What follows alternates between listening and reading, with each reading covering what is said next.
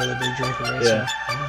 He enjoys a good time. Gonna go for two here. He's going for two. If you don't make this, you lose. If you make it, you're in a position to win. One-handed catch as he goes up. All right. Well, welcome in. And as you can see, we have a guest. Kalin, welcome. First time on the show. We appreciate you being here. We're going to start right off the top because we had a post today, and for some reason, people think that Liam can beat up Stone Cold Steve Austin, and I don't understand it. And here's the thing. More people think that, Liam can beat up Stone Cold Steve Austin than Chad can read the whiteboard in front of the camera. So, boys, what do we think? Like, that's ridiculous. Well, first off, I'm questioning some of our viewers' intelligence. Right. You might get unfollowed later. Yeah. Absolutely. Stone Cold Steve Austin would wipe the floor with Liam. Let's be realistic here, folks. And just being nice. And anybody that follows us, I think. Yeah. Stone, Yeah. If you think that Liam can beat Stone Cold Steve Austin, I want you to DM Stone Cold right now and explain yourself. Yeah. And if you get a knock on your door and you get stunnered on your front step, that's on you. By the way, if you type in Stone Cold Steve Austin to your GIF reel on your text messages, it's unreal. It's legit. Like, the stuff that comes up... I imagine there's a lot of middle fingers and beer. Lots of beer. Not a lot of middle fingers, but, like, they just capture him at the best times. He's stunnered Vince McMahon, and he's in his face. It's amazing. The one is the hospital scene. It's amazing. And then he said the other was him swimming in a bed of beer. Yeah. But anyway, to the viewers, you guys are crazy. Anybody that thinks that Liam could be up Stone Cold Steve Austin, you're almost like a fake vote. Liam did vote for himself, so I like his confidence. So did his girlfriend. So at least she's got your support. She's got your back, Liam. You should really enjoy that. But to the people that said I couldn't read, they're darn right. Yeah, they're not wrong. But to the 83% that said I could, I appreciate that. Yeah. No, 83% said you couldn't. I can't read. That's and I just lived up to the hype. All right, well, moving on. Something less exciting. We'll talk about Thursday Night Football last night. And the biggest standout to me was, one, the commentary was making Ryan Fitzpatrick get fitted for his gold jacket, which the guy didn't throw a pass over 5 yards. And the other was the refs were stealing the show by not only kicking out Cam Robinson, but the defensive pass interference both ways was pathetic. Absolutely nailed it, I think. The Cam Robinson call was beyond me completely. We definitely talked about it earlier when I got here. Just a little chat with you fellas.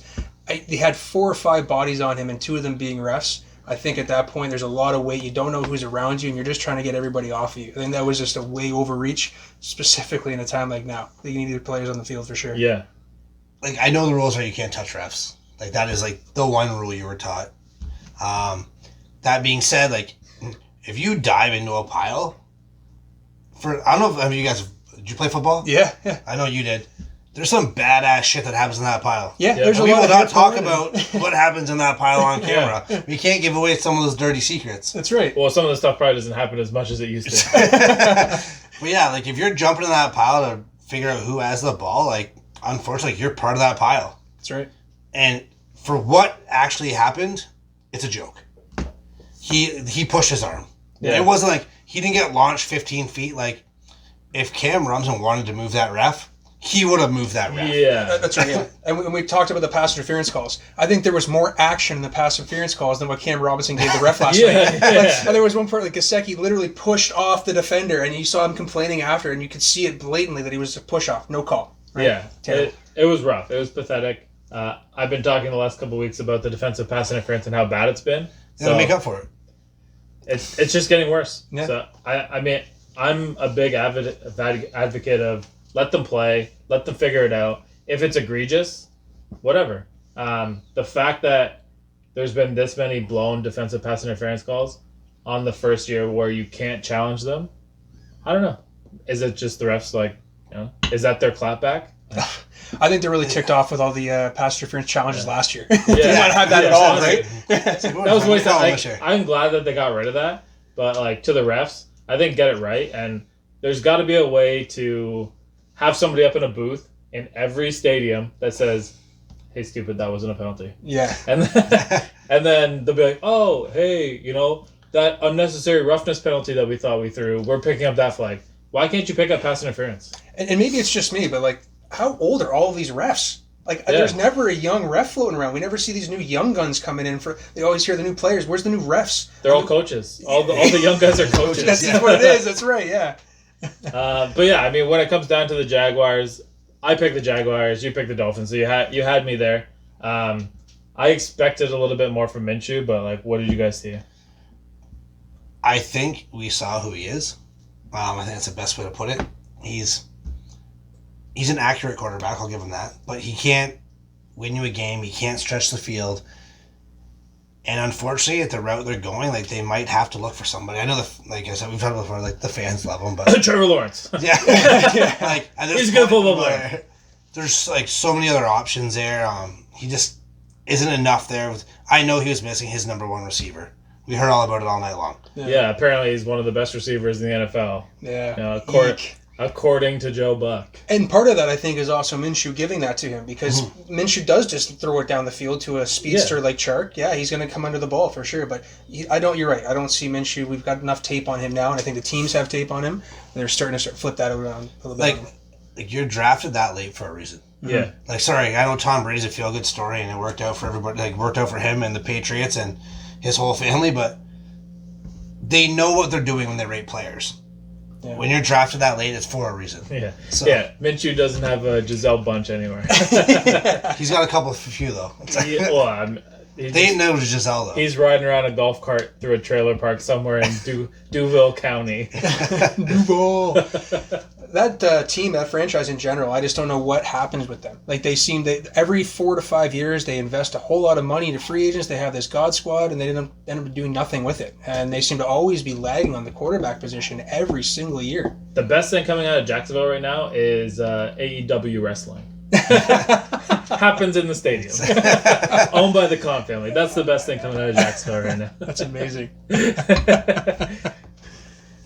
And yeah, so we're going into the weekend. It's starting to feel like maybe college football is back because the SEC is coming back tomorrow. There's the benefactor, the de facto football's back is when SEC's back, right? But honestly, like that's the way it feels. Like the last few Saturdays I've come home from work, usually I'll watch the Saturday night football game.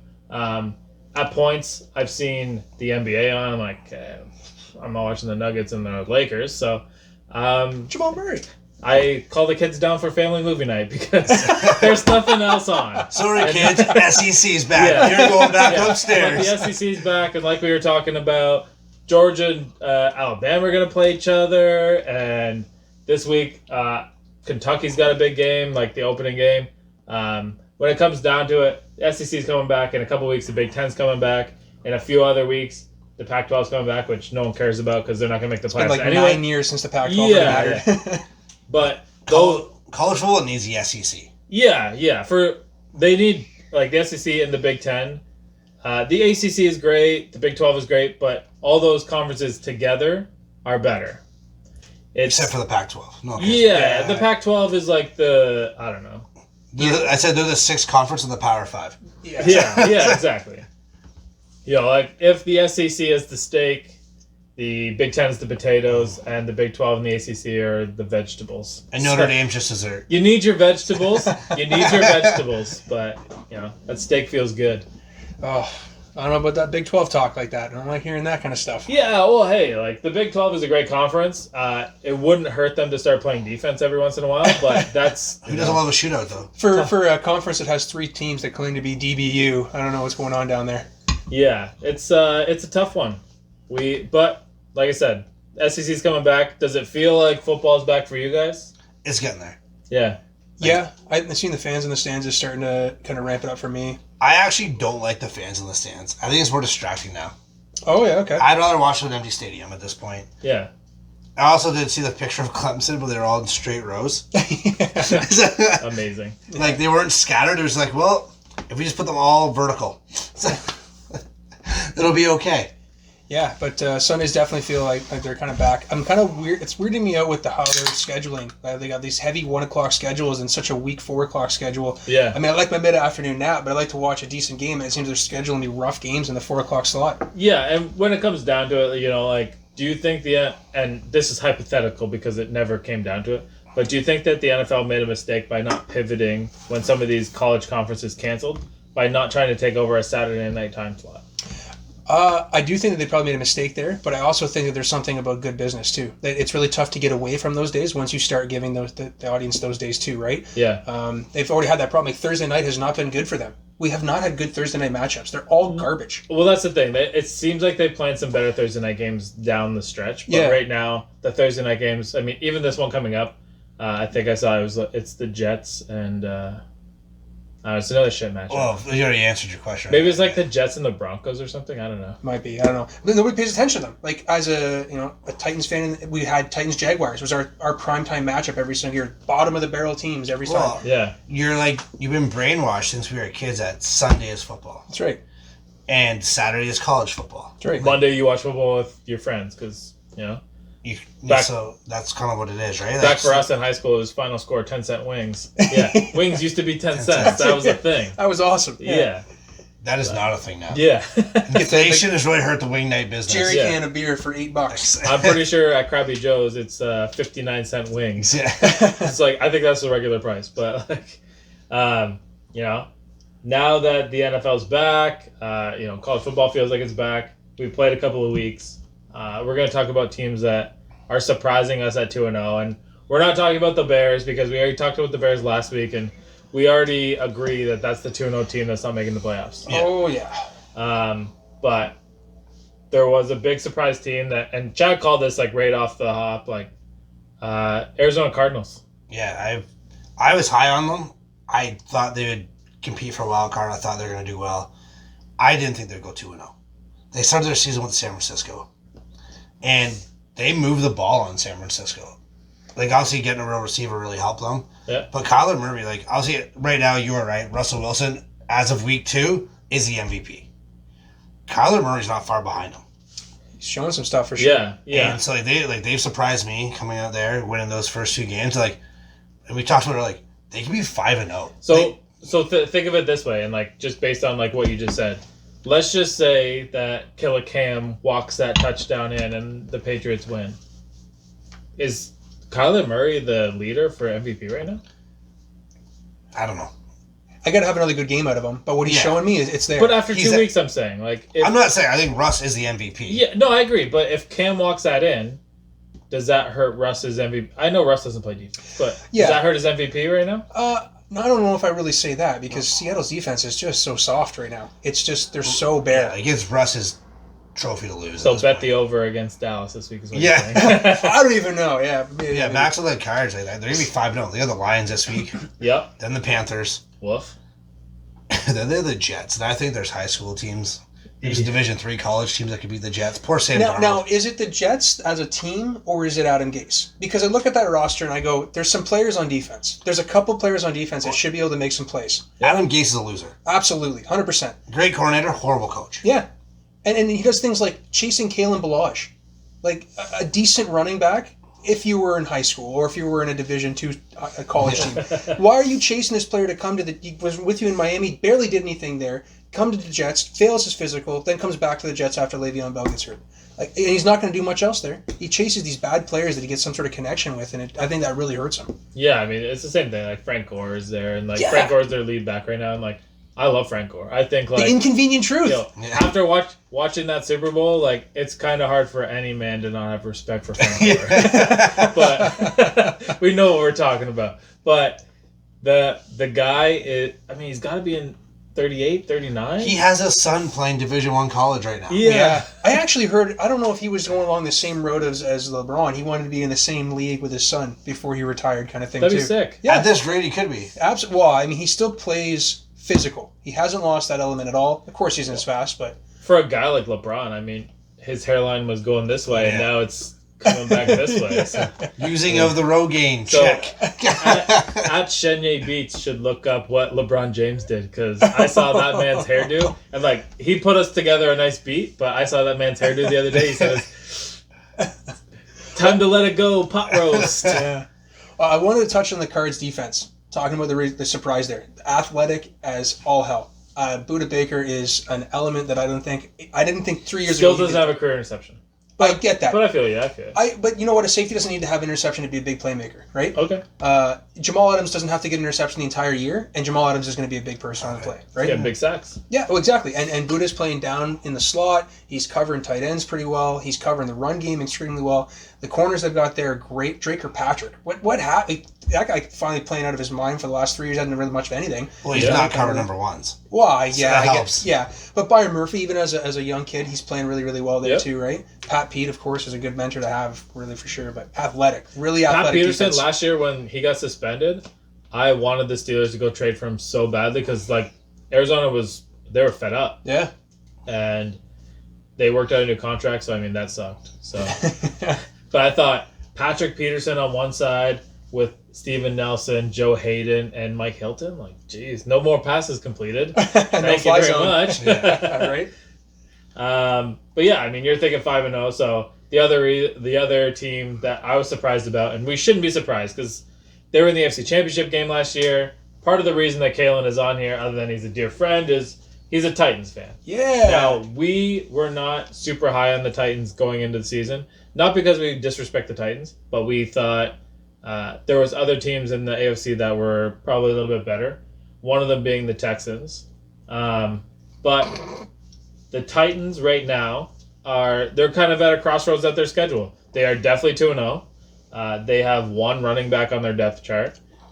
And okay, we'll talk about that. Yeah, and AJ Brown's been a little bit banged up, but I have seen some good things out of Corey Davis, and I think Johnny Smith, yeah. Welcome to my world. Yeah. There's no punctuation, so I didn't ask you what it was. I think Johnny Smith is one of the emerging tight ends. Absolutely. But where do you see, like, their next 3 games are tough. Like, where do you see them going? We got a challenge here. We got a lot of injuries coming through our team right now, specifically in the secondary. So this week we're playing the Vikings, and I think this is a week that we're going to see what Kirk Cousins is actually made of. He's got players there that he can throw to, and he's got a secondary that he can definitely pick on this week. So it may be really, really tough for us. However, on the other side, our offense is just banging. Like, we are just moving the ball. Nobody's stopping us. Tannehill doesn't even have an interception yet. Yeah, it's insane. He's playing out of his mind. Even Derrick Henry hasn't really hit a hole yet, but our right side has really got to kind of pick it up there. Our left side's been doing a lot of work. We can't run left all the time. People are going to understand that, right? Yeah. But our play action... It's like Derek Zoolander. But yeah, their play action that Tannehill's been playing off of that has been awesome. Lots of touchdowns. Like I said, nobody can stop us, so playing really well. But then after that, we got the Steelers. And I know, as you know, that the Steelers' defense has been pretty tough this year so far. They can fucking fly, man. You're talking about Arizona being fast. They're not going to only just fly. Your team's strong. They push people around. Pretty quickly, people get tired in the early second quarter. Third quarter, you can see the opposing team is worn down. The line is worn down. Like Cam Hayward, they drafted him the Super Bowl year. Yeah. And just got another extension. Yeah, he would have came in like 2009. And yeah, he just continues to do that. And the guy's still an all-pro. Yeah. And just an all-out man. And you know what? For an average fan who maybe doesn't... Stefan Tuitt. Holy crap. Stud. Oh my God. An absolute animal. The way he pushes people 300-pounders shouldn't move like that. Not at all. Aaron Donald... I told you he was good. Yeah. Aaron Donald gets a lot of praise, and nose tackles don't get a lot of praise, but Stefan Tuitt could definitely be one of those people that should definitely deserve some of that for sure. Yeah. And after that, you guys got the Bills. The Bills. So, I mean, they're on fire. So the last time we played the Bills, we lost a heartbreaker. Wide receiver dropped the ball in the end zone that would have won the game for us. But the Bills, here's the problem with the Titans. We played teams that we shouldn't beat extremely well. We beat them up all the time. And the teams that we should play really well against, we don't. We get our asses kicked all the time. The Bills is going to be one where I can't pick one at all. Our defense has not been playing up to par this year. We got a new defensive coordinator because Dean Pease retired. Mike Vrabel's kind of taken over some of that role a bit. But so I don't know how we'll be able to stack up against Josh Allen in that run game because our run defense has not been the best and our pass defense isn't there either. Well, that's where we're at. So, we're at 2-0 with the Titans right now. 3-2, 2-3. I honestly think we can beat the Vikings this week. I don't have a problem with that. And okay. I do think that the Bills can be a win too. The Steelers, I'm not willing to say anything right now against the Steelers because, again, that defense is just incredible. So you think like 4-1 is like a realistic option? Absolutely, yeah. And then we really get into the easy side of our schedule, right? So yeah, I mean, so you're saying about the teams that like you should be able to beat are the teams that that you struggle against. Yeah. So Now, where things have changed, though, that's been a historic thing with Tennessee. We get blown out by some teams that we just should always compete well with. But yeah, this year, I don't think that the resilience that you've seen. We've lost the first game. You talk about the field goals that we missed, right? Yep. How do we miss that many field goals and an extra point? How do we give up that much yardage to Denver or to Jacksonville and still win? Well, yeah, and it comes down to like your I think that your coach is the reason that you're winning right now. Swag. Yeah, he's got the juice. Like he's got it figured out. He knows what to say to the players at the right time. Now, at a certain point, talent will always take over that. Comes to the top, right? But when hard work will always beat talent. So if the talented team is working as hard as you are, then you're kind of fucked. Yeah. But- And when you talk about hard work, and Vrabel being a hard work coach, like he's done every single drill with the players, right? Yeah. So like I'm on board with you. I think that I'm gonna pick Vrabel over Zimmer all day. So I think that the Titans will win this week. But when it comes down to it, Mike Tomlin, I mean, that guy can coach a squad. Yeah. And if Mike Tomlin wasn't the coach of the Steelers, I would love it if Sean McDermott was the coach of the Steelers because that man can get shit done too. That's right. So I would say realistically you're 3-2 coming out of this, and that's not a bad thing because you're still probably going to win 11 games. Oh yeah, I said we're coming to the really easy side of the schedule after that, so we're just cruising. Yeah. So I mean, win your first 3, lose 2. I mean, I think you're okay, but that would be what my opinion. Yeah, I said 3-2, 2-3. Who knows? The Vikings is a wild card game there. Yeah. And the Bills, I don't see you being the Steelers. Bluntly honest with you, it's not going to happen. If AJ's in there, I think we can have a decent game. With us losing AJ Brown for last week, this week, bone bruises are really up and down. I don't know how long he's looking. And he's putting on God's plan on his Instagram, so he could be gone for some time now. The last drink. Yeah, that's right, Yeah, but at least you're not the Jets. Oh, because we're walking into this next week, and the Jets are plus 11 against the Colts. And the Colts aren't that good. No. They have like a 40-year-old quarterback who can't throw past 6 yards. I think he has 70 kids, though. Yeah. He closes. That guy fucks. He does. Just to reproduce, though. Yeah. Absolutely. Yeah. Do you guys' wife even let them look at him anymore? Don't even look at me right now. Yeah. I'm not sure. Yeah. I mean, get the man a vasectomy. It hurts a little bit. It's not a big deal. Talk about God's plan, eh? Jesus. Yeah. I think that game stands out to me a lot. I'm not saying, this isn't like a gambling show. Do I think that the Jets are going to lose by 11 points to the Colts? I don't, but I think that's a lot of points. Another one that stood out to me was, how are the Falcons possibly favored to win this week after the bullshit they pulled last week? Yeah. And they're playing the 2-0 Bears. Well, does that just show what the world thinks of the Bears for real? Absolutely. That's what it is, right? How do you get that kind I of hope favoritism? Mitch Trubisky just goes there and drops his dick on them. Well, he deserves to. Yes, but he's been, he can't throw left. There's a bit of a problem. He literally cannot throw left at all. He only throws to the right of the tight end up the seam. He's just a... Hansel. Yeah. So hot right now. Yeah, right? I don't know if he actually will get the shot through the whole year. If they get to 6-0 and he starts to flounder a little bit and they have an opportunity to still carry to the playoffs, do they put in Big Dick? Well, I thought that they were throwing Trubisky in just because they thought he was going to fall apart. And they thought it was easier to go from Mitch to Nick than vice versa. Because you can't take the guy that you passed on Patrick Mahomes and Deshaun Watson for and put him on the bench for Nick Foles, who you just traded and paid a whole bunch of money to, and then go back to him because his confidence he's done at that point. Yeah. But I would say that the Bears are the team that, they get you really excited. They're going to give you blue balls. That's just what it is. They're going to get you really into it, and then, it's time to go home. Yeah, that division's a 2-team division. It has been for a long time. My hair. Yeah, and we roll into our pick'em. As everybody knows, the loser of our pick'em is going into Lake Erie in March. We've been in touch with Kids Can or Child Can. Child Can. Speaking of blue balls, look the child. Yeah. Wow. Bad transition. Weird timing. It wasn't meant that way. But yeah. Child Can. We've talked to the people. Jennifer at Child Can. We're going to be in touch with her. She's going to give us a date because everything's kind of up in the air right now. But either way, we're going to be doing it. Chad gained a game on me yesterday, which puts us back to tied, so we're even. First game we're picking, Bills and Rams. Rams.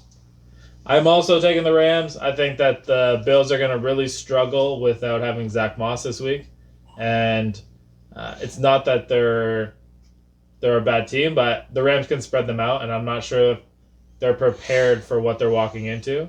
I think that they will be by the time that they get to week 5. Okay. We're going to talk Raiders-Pats. What a matchup, boys. Who would have said that at the beginning of the season, right? Not me. Yeah. I'm going to go Raiders. I'm going to ride that train right now. And I actually think New Orleans is a better team than New England. And I agree. And I think what they did last week, and I just hope they don't get the little hangover for that big win, comeback win. Yeah. And when it comes down to it, who would think that Derek Carr would be the best quarterback in the Raiders-Patriots matchup? Anybody that's watched football over the last 20 years. But I am going to go with the Patriots because I think that Cam Newton deserved a win against the Seahawks. Someone had to lose.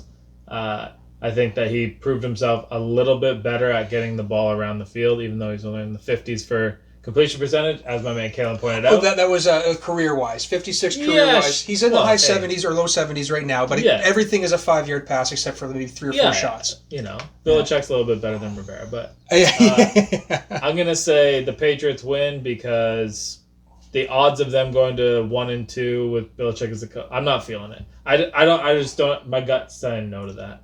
That was my only hang up on this game. Was can the Pats be 1-2? Well, I think this game, I think they're going to lose. I think the Pats are going to lose. I think the Raiders are going to win this one. But going forward... Thank you, Kalin. I appreciate that. If that's the case, we have to have Ricky back on. I told him that we'd have him back on if they want. So. But going forward, I think that it's going to get ironed out. The Pats are going to win the AFC. It's not going to matter. It's going to be a walk for them still, regardless. They're still going to make the playoffs as a result. But they're going to have some bumps.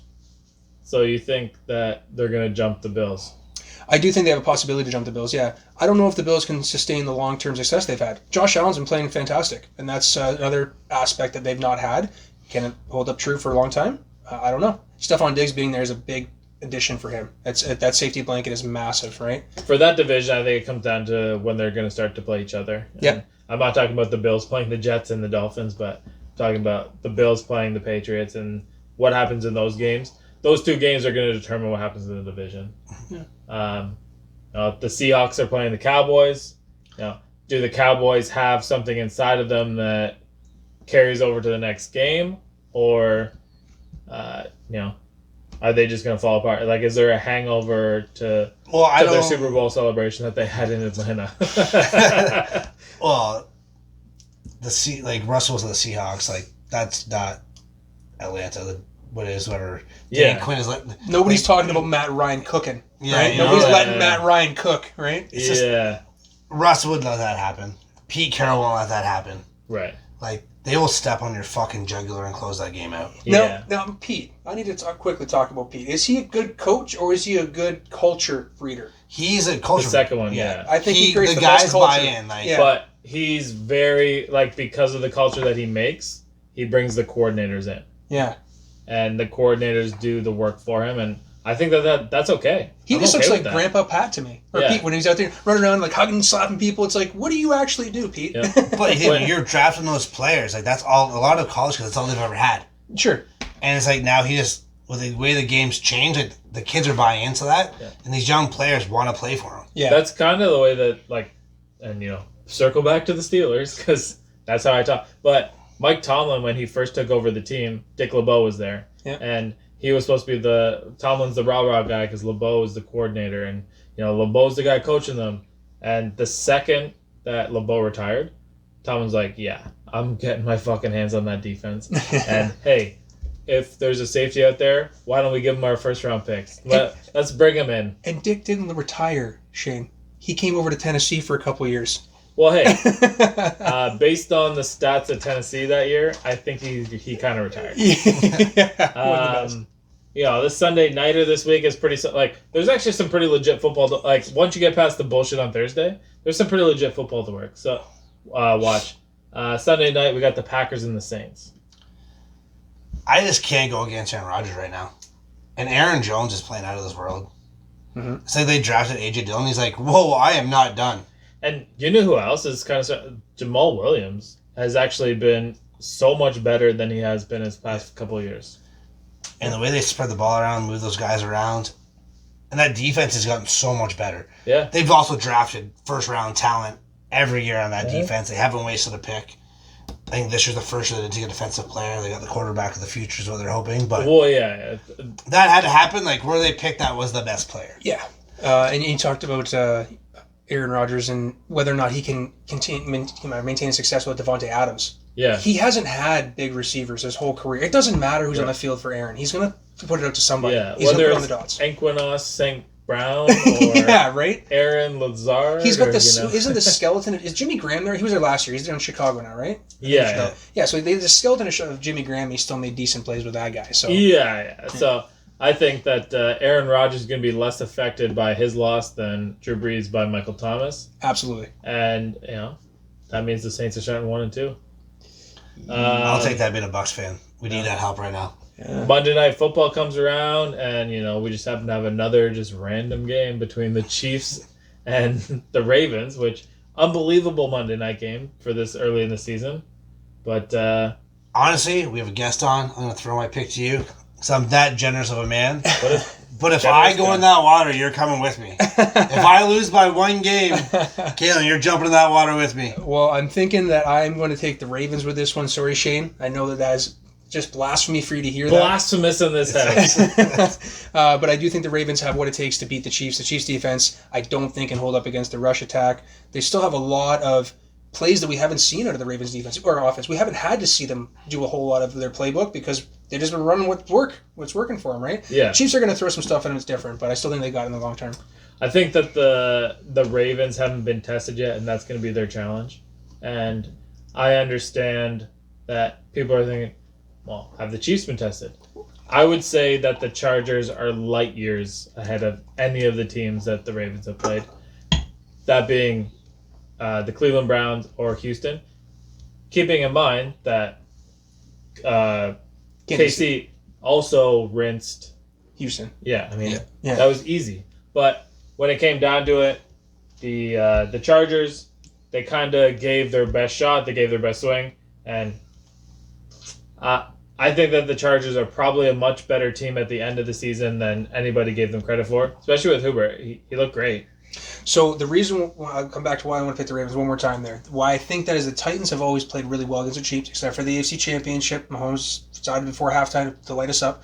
But we run well on them. We run incredibly well on them. And if you look at what the Titans failed on in defense in that game was the pass defense was brutal. And I think the Ravens can make up for that where we don't have it. So I think that they're going to be able to just beat them up in the run game, cover the receivers, and that's where the Ravens get it. Who are the safeties in Baltimore again? We got I don't know who the second safety is right now, but Chuck Clark is one of the safeties that are over there. But it's not the safety, it's the corners. And then Earl Thomas is on free agency and yeah. Tony Jefferson is also on free agency. Yeah. And when it comes to, I'm not saying that they have a terrible secondary, but let's not drop on the floor on our knees right now and pretend like the Ravens are the steel curtain.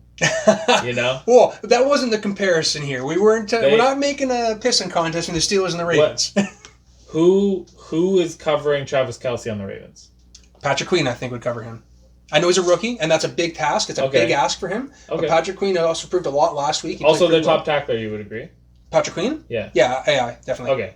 And who's covering Tyreek Hill? Either Marcus Peters or... I agree. And so Watkins and Hardman, who's got those guys? Watkins is injured right now. No, he's going to play, though. I know you don't like Jimmy Smith. I still think he's a fantastic slot receiver. Yeah, I mean, he was shit in his prime, so he's definitely great as an old guy now. And I stop it. And I do like Mecole Hardman. I think he was a great player coming out of Georgia. Stretch the defense. He has not taken off this season though. He hasn't needed to yet either. But he hasn't taken off, and that's been one of the weird things because I thought this was going to be a year he blew up. I thought he was going to really take off. So did Shane. He drafted him. I cut him pretty quick, though. Well, as I told you guys, I'm big into sports cards. I invested a lot into buying Mecole Hardman cards for that reason. He's definitely going to get some more touches. Yeah. But thinking about all those things we just talked about, that's only drawing more people out of the box. and the lazy running back that they drafted in the first round that can only run against 7-man fronts and 6-man fronts. Which with the Chiefs or the Ravens? The Chiefs. Okay, hilarious. Yeah.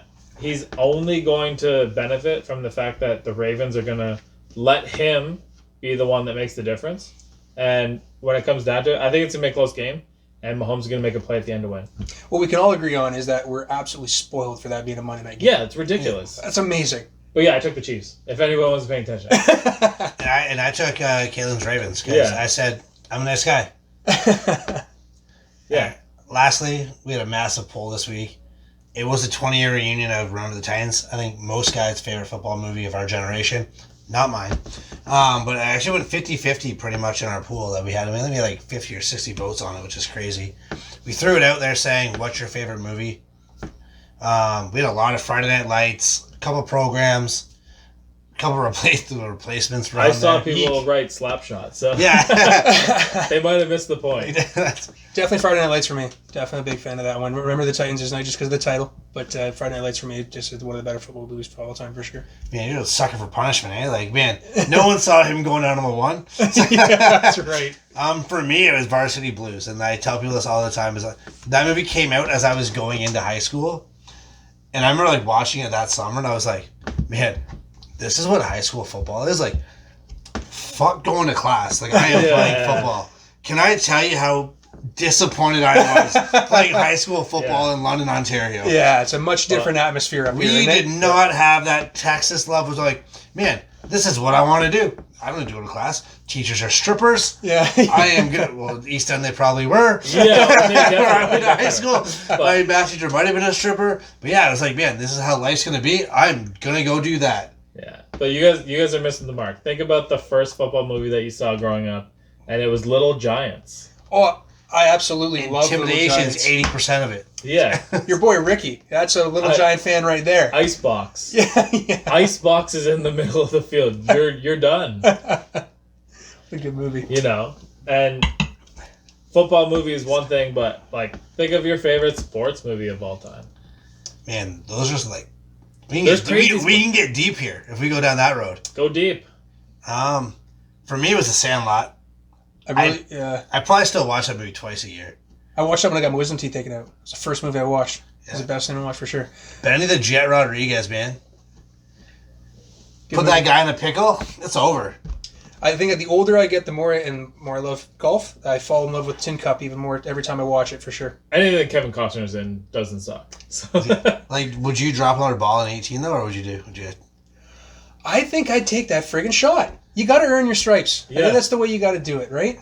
I mean, now there's a time and a place. If you've got the old group behind you and they're haggling you, but on that specific one, every fucking ball in the water, you lost a couple $1,000. You just turn and fucking huck the ball out that way. You got a club in your hand, you can shoot it that way. Remember when he broke all the clubs except for the 7-iron? Yeah, hey. Yeah. I'm usually pretty good with my 7-iron. I prefer my 8-iron, to be honest. Man, my 5-iron, that's Old Faithful right there. Lovely. I mean, you can get under it and kind of give it a little quick pounding. But yeah, for me, like, I like Bull Durham. And I think that the story of Bull Durham is You crazy. use your Lego here, man. Sorry to cut you off. Shit happens. I don't play with Lego. This is made by my son. Brainwashed at a young age. Boom. Roasted.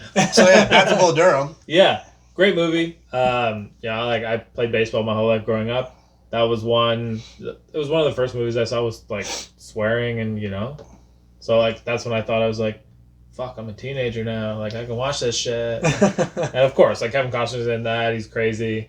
He tells Tim Robbins to breathe through his eyes to that's how you pitch straight. Like all the quotes from that movie are like directly tied to all the baseball shit that I talk about in like the bullpen or like the dugout with the guys. I never gonna quote movies though. Like I think The Mighty Ducks have to be the most quoted sports movie of all time. Pretty high up there for sure. I've definitely called a couple guys a cake eater before. Yeah. More than once. Yeah, actually more than once. You can definitely say that for sure. Think of then we'll sign off now. But like, I was watching the Pat McAfee show. Shout out to Pat McAfee. I hate that you're a Colt, Pat. I love him. And he was talking about the movie Heavyweights. Have you guys ever seen it? No. So, great movie. I remember it from when I was a kid. But one of the main stars in it is Goldberg from Mighty Ducks. Yeah. and Ben Stiller is actually in it. But he goes, it's about a fat camp. So so they think they're sending their kids to sports camp. It's a fat camp, and Ben Stiller's like the athletic guy, and they're all running around. He's like, "Good evening, campers. Lunch has been canceled due to lack of hustle." It's hilarious. You gotta watch it. It's unbelievable. It's like a Disney movie, so like it's like a kids movie, but it's hilarious. Sure. All right, man. Well, on that note. Yeah, on the heavyweight note. I have to go watch a movie now, so. I mean, make sure you guys subscribe, YouTube, all their social medias, like, follow, and share, please. Big thanks to Kalin for coming in tonight. We appreciate that. Thanks for having me out, guys. And man, as always, cheers. Yeah.